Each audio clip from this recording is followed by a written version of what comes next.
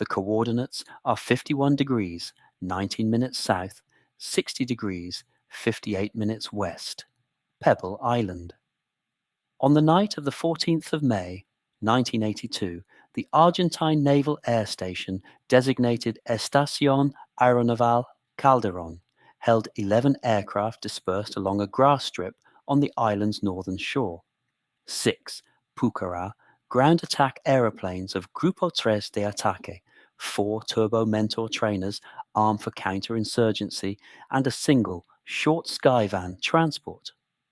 The garrison numbered approximately 114 Argentine personnel, under the command of Capitán de Corbeta Roberto Bianchi.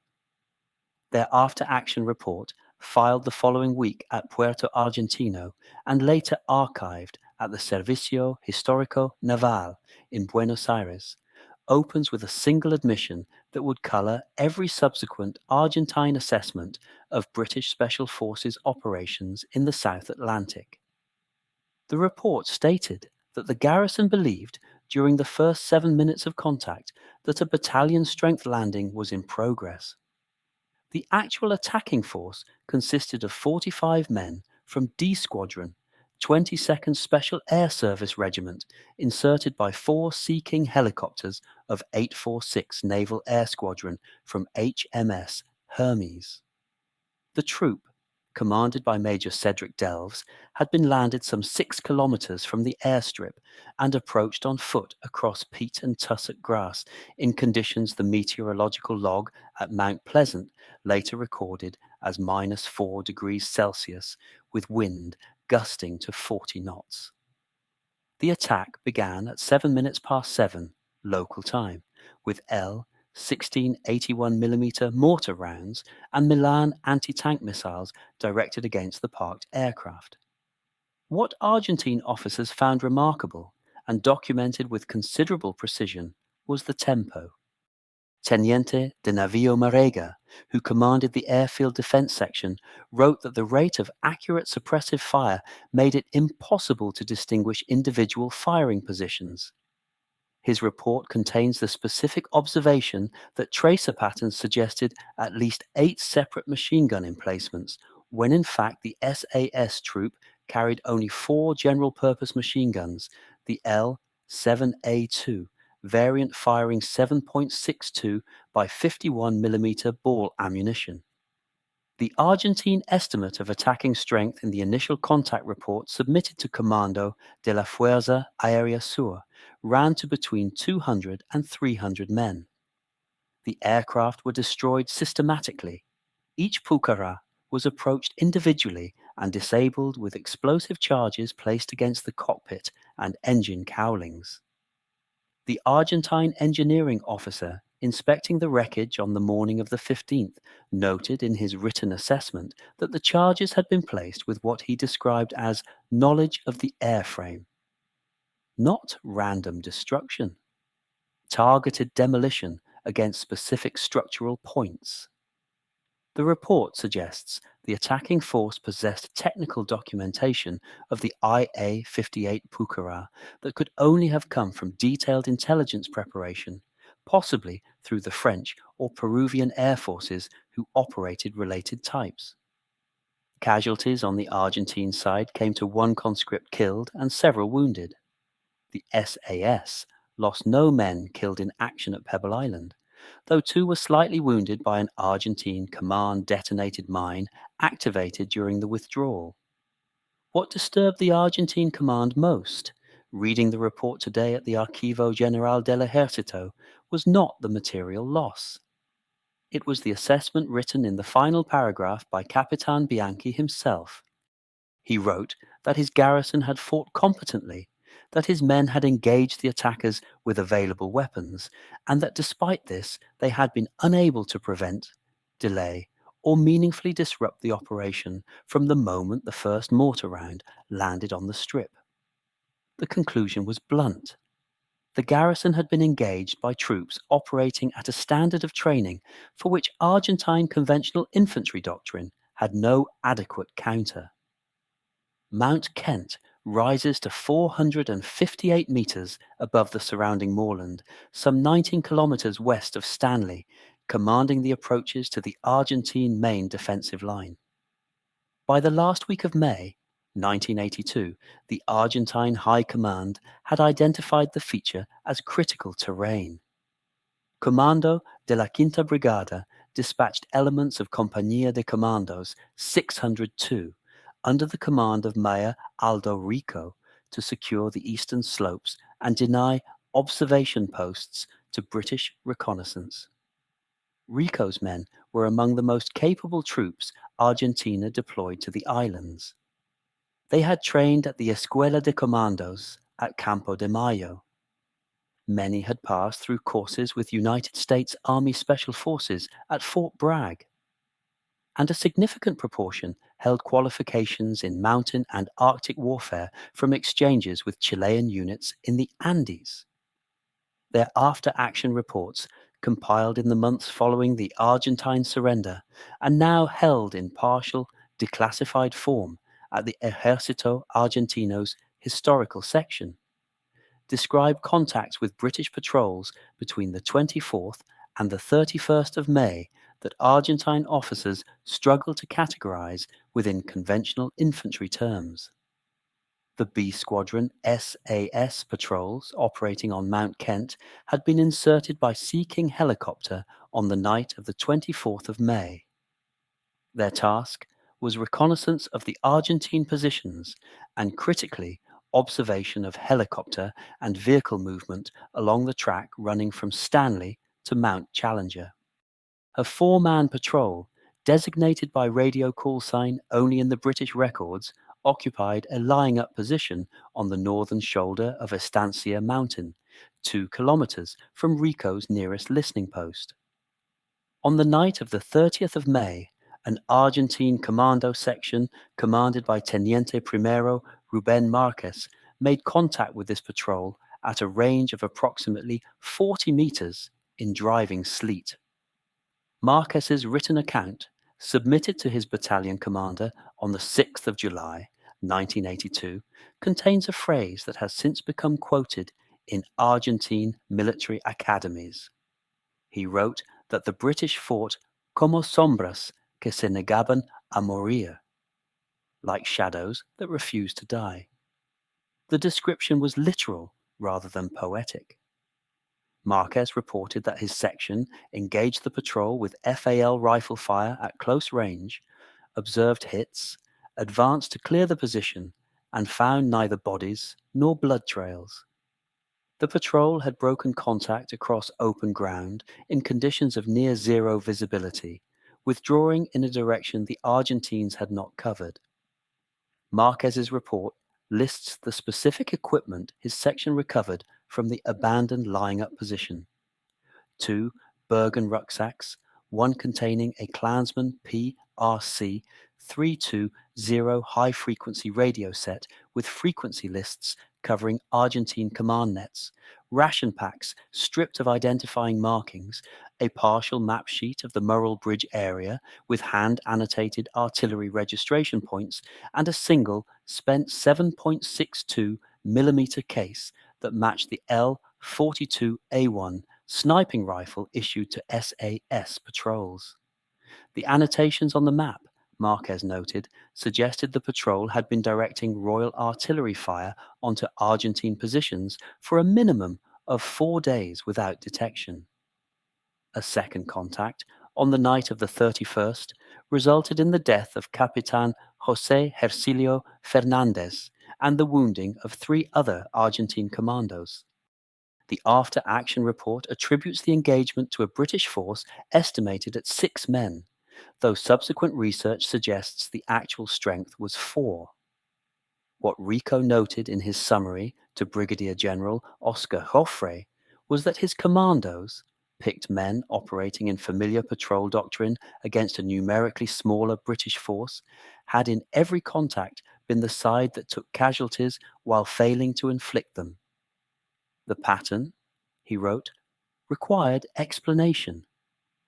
Top Marlow House stands at the southern end of the Marlow Hills, a stone and corrugated iron shepherd's dwelling at grid reference approximately 51 degrees, 44 minutes south, 58 degrees, 44 minutes west.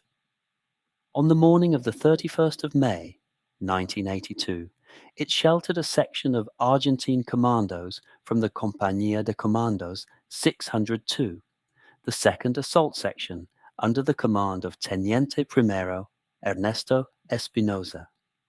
The section numbered 17 men, equipped with FAL rifles, 2 MAG machine guns chambered in 7.62 by 51 mm, Instalaza 90 mm anti-tank launchers, and sufficient ammunition for a protracted engagement. They had been inserted by helicopter the previous evening with orders to establish an observation post covering the British advance from San Carlos. What they did not know, and what Espinosa's surviving section members recorded in extraordinary detail after the war, was that a 19-man patrol of the mountain and Arctic warfare cadre of the Royal Marines, under the command of Captain Rod Boswell, had observed their helicopter insertion through a swift scope from a lying-up position on Malo Hill, some 1,000 meters to the north. The cadre, though not special air service, operated within the same reconnaissance doctrine, and their engagement at Top Malo has been consistently included within Argentine after-action assessments of British Special Forces performance, for reasons the reports themselves make clear. The British assault began at 9:09, local time. The cadre moved down from their position across open ground in a classic two-group attack. Fire support laid down by 7 men with 2 66mm Eladio rockets and the standard L-7A2 general-purpose machine gun, while 12 men conducted the assault. The range at initiation of fire was approximately 70 meters. Espinosa's section was caught partially inside the building, partially in a dry watercourse outside. The Teniente Primero himself was wounded in the opening burst, a gunshot wound to the leg that would eventually cost him the limb. Sargento Primero Mateo Spert, the section's second in command, took over and attempted to organize a breakout.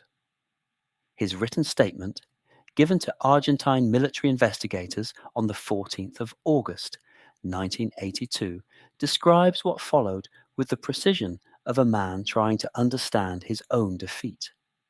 Spert noted that British fire was concentrated not on the building itself, but on the ground between the building and any possible covered withdrawal route. Within 90 seconds of the first round, he recorded, 3 of his men attempting to reach the watercourse had been hit. The house had been set alight by a Law rocket penetrating the corrugated roof, forcing the remaining defenders into the open. Spert estimated the British fire rate at something approaching 1 aimed round per man per 2 seconds, sustained across the engagement. His own MAG gunner, Cabo Primero Roque, was killed attempting to bring the weapon into action from a window. The engagement lasted approximately 45 minutes. 5 Argentine commandos were killed, including Capitan Andres Ferrero. 7 were wounded, among them Espinosa. The remaining 5 surrendered. The cadre suffered 3 wounded, none fatally. What Spert wrote in the conclusion of his statement is the passage most frequently cited in Argentine Staff College analysis. He observed that from the moment the first round was fired, he had been unable to identify a course of action that would have altered the outcome. The British fire plan, he wrote, had closed every tactical option before his section had registered that an engagement was in progress. The firefight, in his professional judgment, had been decided in the reconnaissance phase.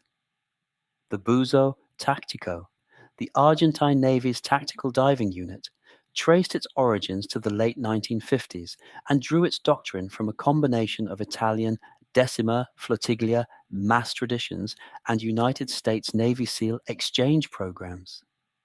By 1982, the unit numbered approximately 90 operators, based primarily at Mar del Plata and had participated in the initial landings on East Falkland on the 2nd of April, securing Government House in the opening phase of Operation Rosario. Their operational record to that point was professional.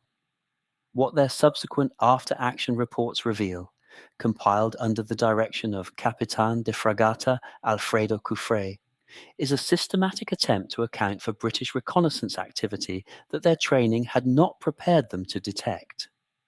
The reports, partially released in 2012 under Argentine Freedom of Information provisions and cross-referenced against interviews held at the Centro Naval in Buenos Aires, catalogue what Cufré's analysts termed signature anomalies along the northern coastline of East Falkland between the 15th of May and the 14th of June. The first category concerned beach reconnaissance. The Buzo Tactico had deployed observation teams along Berkeley Sound and the approaches to Port Stanley Harbour, tasked with detecting British amphibious reconnaissance in the weeks preceding the main landing. Their standing orders specified watching for small boat activity, infrared signatures, and the acoustic profile of Gemini inflatable craft powered by Johnson 40 horsepower outboard engines. What the reports document is something rather different. Argentine divers recovered, between the 22nd and the 24th of May, 3 separate items from the foreshore at Port San Carlos, Ajax Bay, and a beach designated by the local codename Azul Tres. These consisted of a discarded Klepper canoe paddle of East German manufacture, a fragment of dark olive cloth consistent with British Special Boat Service issue, and a single empty water sterilization tablet container with markings in English. The significance, as Cufré's report makes clear, was not the items themselves. It was the inference. The Argentine unit had been conducting active beach patrols in the areas where these items were recovered, with no direct observation of the personnel who had deposited them. The report concluded that SBS beach reconnaissance teams, the specialist maritime counterpart to the Special Air Service, had been operating inside the Argentine defensive perimeter for a minimum of 3 weeks without a single confirmed sighting. The second category concerned electronic signatures. Argentine naval signals personnel at Puerto Argentino logged, between the 18th and 26th of May, intermittent low-power transmissions on frequencies between 30 and 76 MHz in the VHF band. The transmissions lasted between 4 and 9 seconds, occurred at irregular intervals, and employed what the Argentine report described as burst modulation of unfamiliar character. Attempts at direction finding using Argentine TR 41 equipment at the Moody Brook receiver site consistently placed the origin of these transmissions within areas Argentine forces believed to be secure. On one occasion, on the 23rd of May, triangulation placed a transmitter within 400 meters of the Argentine command bunker at Puerto Argentino itself. The third and perhaps most unsettling entry in Cufré's catalogue concerned the absence of evidence. The report noted that despite extensive Argentine patrolling, despite the deployment of 283 personnel from naval infantry and commando units across the northern approaches, not a single British Special Forces operator was killed, captured, or positively identified by a Buzo Tactico element throughout the entire campaign.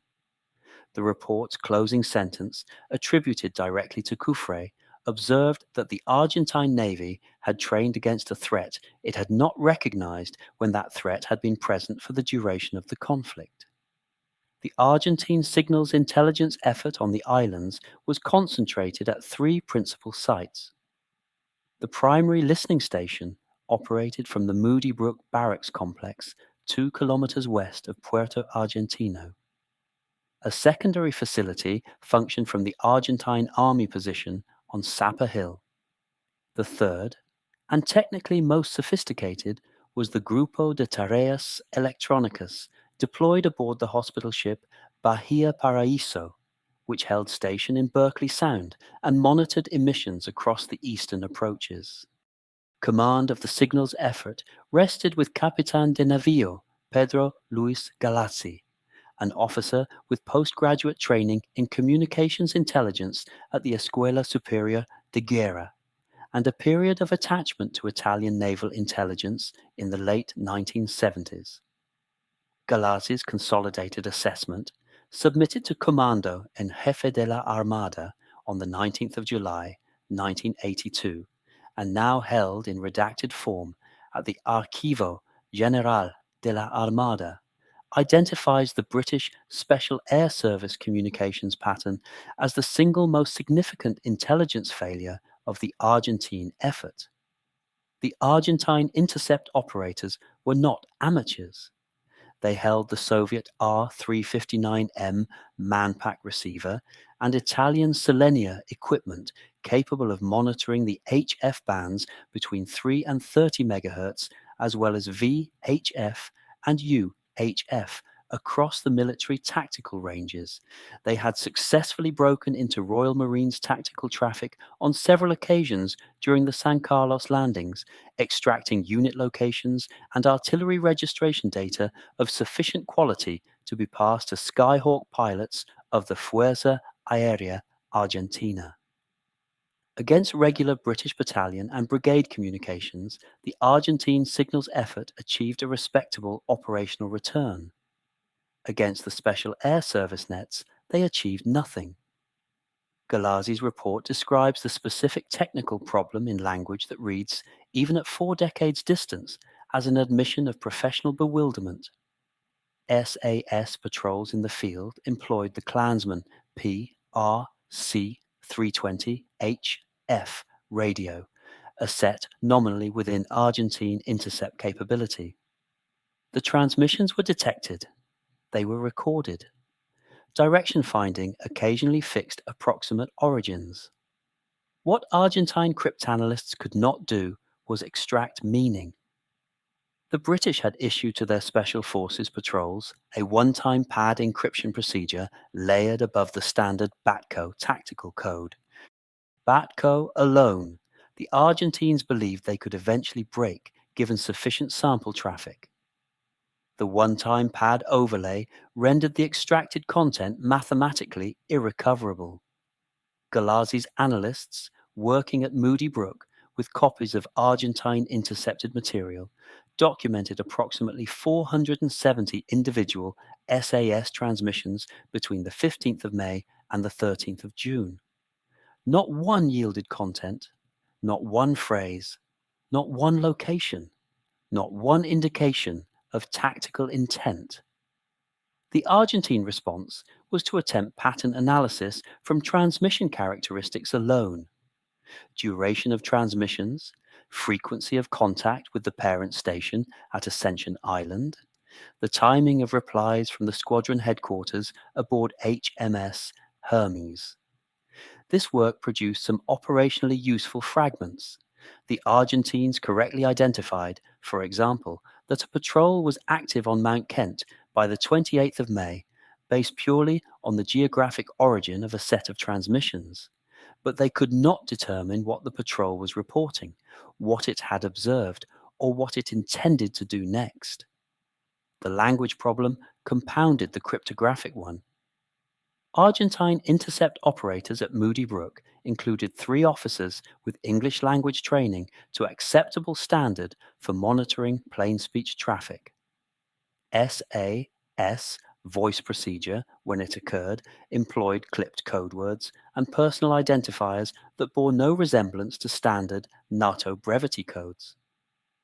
Galassi wrote in his conclusion that the Argentine signals effort had been engaged throughout the campaign in listening to a conversation it could hear perfectly clearly and understand not at all.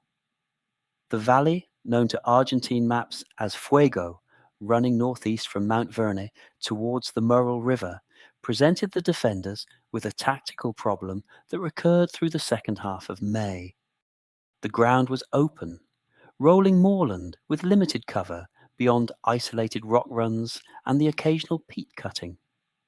Argentine observation posts on Mount Longdon and the Two Sisters Ridge possessed unobstructed fields of view across the valley floor. The Argentine assessment, recorded in the 5th Marine Infantry Battalion's operational log on the 21st of May, held that no helicopter insertion across this terrain could escape detection by daylight, and that night insertions would be limited by the requirement for the aircraft to cross the higher ground to the west at altitudes exposing it to radar coverage from the TPS 43 surveillance station at Puerto Argentino. This assessment was tested and found wanting on the night of the 24th of May. On that date, a single Sea King HC Mark IV of 846 Naval Air Squadron, piloted by Lieutenant Commander Simon Thornwill of the Fleet Air Arm, inserted a 16-man fighting column from D Squadron of the 22nd Special Air Service Regiment into a landing zone at the western end of the valley, approximately 12 kilometers from the nearest Argentine observation post on Mount Kent. The helicopter flew a route crossing approximately 30 miles of open ground between the initial coasting point on East Falkland and the landing zone. It returned to HMS Hermes without contact. What the subsequent Argentine after-action reports wrestled with was the complete absence of any detection event along the route. The TPS-43 radar at Puerto Argentino, an American-built surveillance set operating in the E and F bands with a nominal detection range of 240 kilometers against fighter-sized targets at medium altitude, logged no contact consistent with the Sea King's transit. Argentine observation posts at Two Sisters and Mount Longdon logged no oral signature. The 5th Marine Infantry Battalion sector log for the night recorded weather conditions of low cloud at 300 feet, visibility 2 kilometers in intermittent sleet, and wind from the west at 25 knots. These conditions were favorable to a low-level penetration, but the Argentine assessment had not considered them sufficient to defeat the layered detection system in place. The report compiled by the Argentine Army's Operations Section under Teniente Coronel Italo Biaggi examined the incident in detail after the war. Biaggi's analysis identified 3 contributing factors. The first was the pilot's decision to fly at an altitude the Argentine report estimated at between 30 and 50 feet above ground level, below the effective horizon of the TPS-43 given its sighting on Sapper Hill.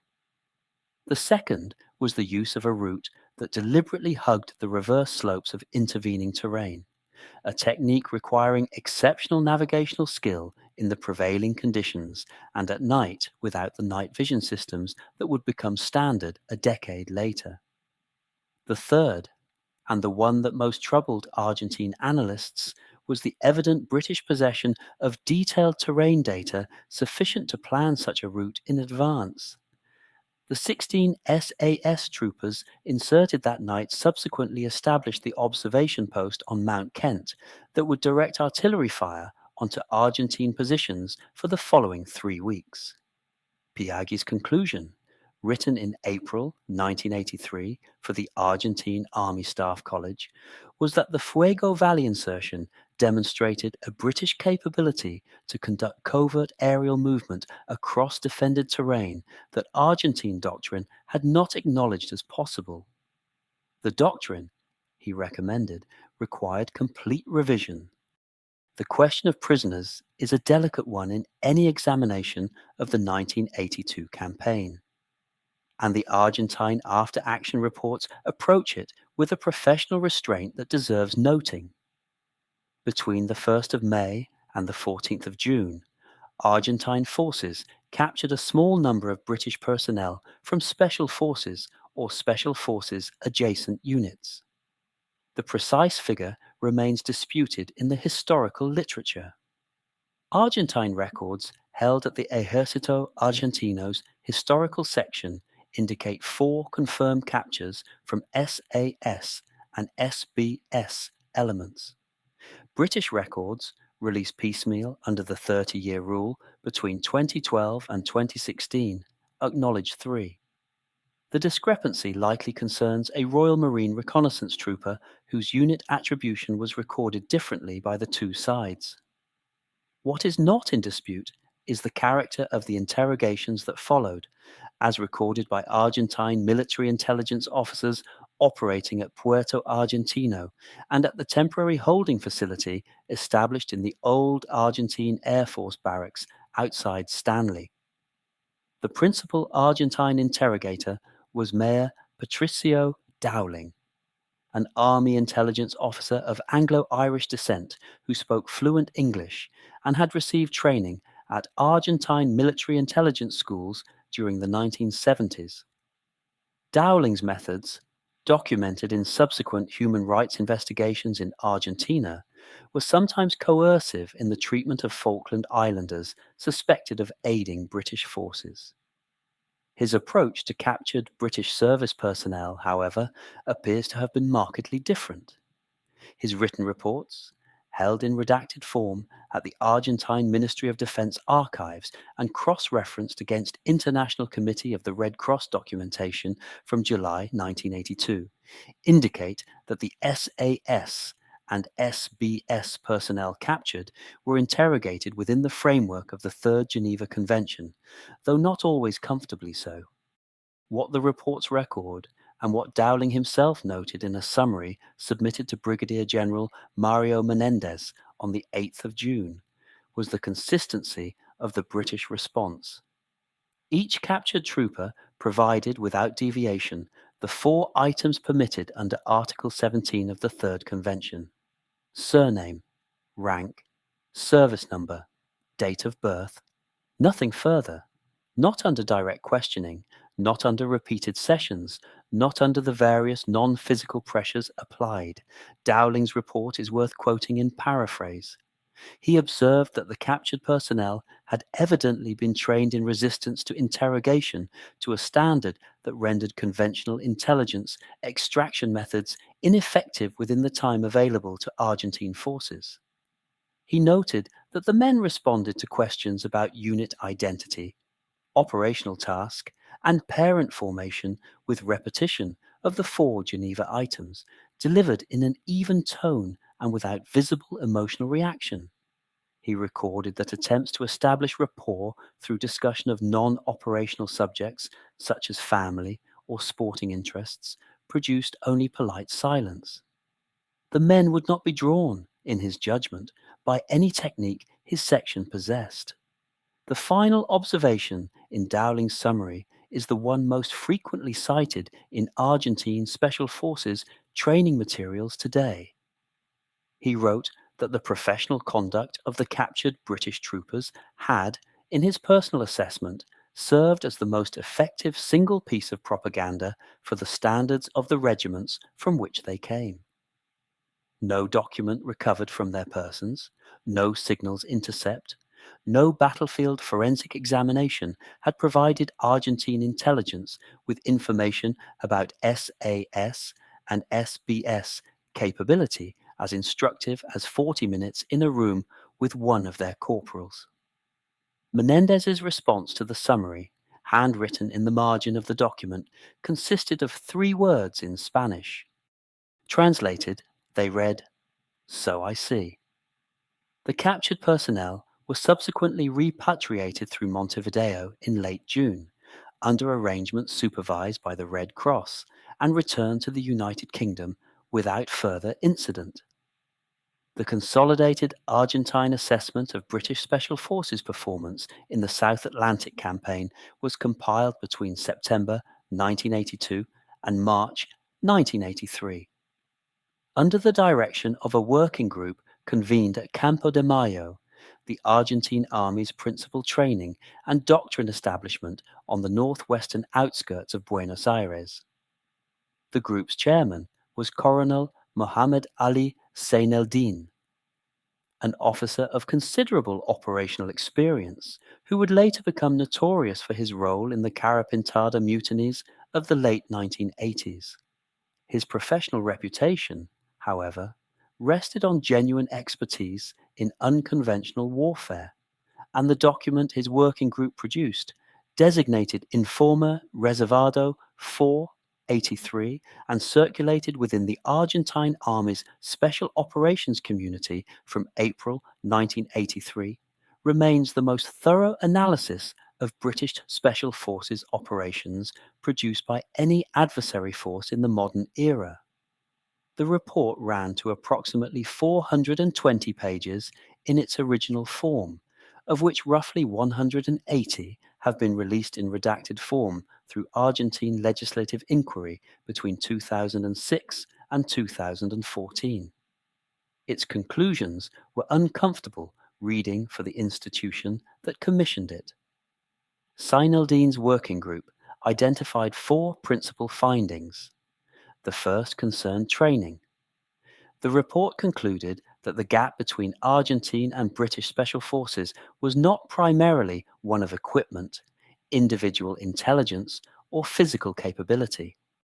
It was a gap of training hours, specifically the protracted and deliberately attritional selection and continuation training that the 22nd Special Air Service Regiment conducted at Hereford and in the Brecon Beacons. The Argentine Working Group estimated from debriefings and from open source material available at the time that an SAS trooper completed between 14 and 18 months of specialized training before being considered operational. Argentine commando training, by comparison, averaged between 7 and 9 months. The implication was clear. The second finding concerned doctrine. The report identified a fundamental difference in how British and Argentine Special Forces conceived of their operational role. Argentine commando doctrine, derived substantially from United States and French influences, emphasized raiding and direct action against identified targets. British SAS doctrine, as inferred from operational patterns observed in the campaign, placed equivalent or greater weight on strategic reconnaissance, artillery direction, and sustained presence inside enemy territory. The Argentine Working Group recommended that future Argentine Special Operations doctrine be reorganized to reflect this dual mission set. The third finding concerned what Seineldin termed the cultural dimension. The British troopers captured and interrogated, the patrols engaged in combat, and the technical traces examined after operations all displayed what the report described as an operational patience unfamiliar within Argentine military culture. The willingness to lie unobserved in a peat hide for 9 or 10 days, subsisting on cold rations and producing minimal signature, required selection criteria and psychological preparation that Argentine institutions had not attempted to replicate. The fourth finding was institutional. The report concluded that an effective Special Forces capability required not merely the units themselves, but the surrounding architecture of dedicated aviation support, bespoke communications equipment, signals intelligence access, and a political command relationship that permitted autonomous action at long range from higher headquarters. The British had possessed all of these. The Argentines had not. Informe Reservado 4, 83-shaped Argentine Special Forces development through the 1980s and into the 1990s. The Compañía de Comandos 602, disbanded and reconstituted after the war, drew directly on its findings. Successor units, including the Agrupación de Comandos del Ejército, bear its intellectual imprint. Whatever else may be said of the campaign, the Argentine army did the professional thing. It studied what had beaten it, wrote down what it found, and acted upon the conclusions.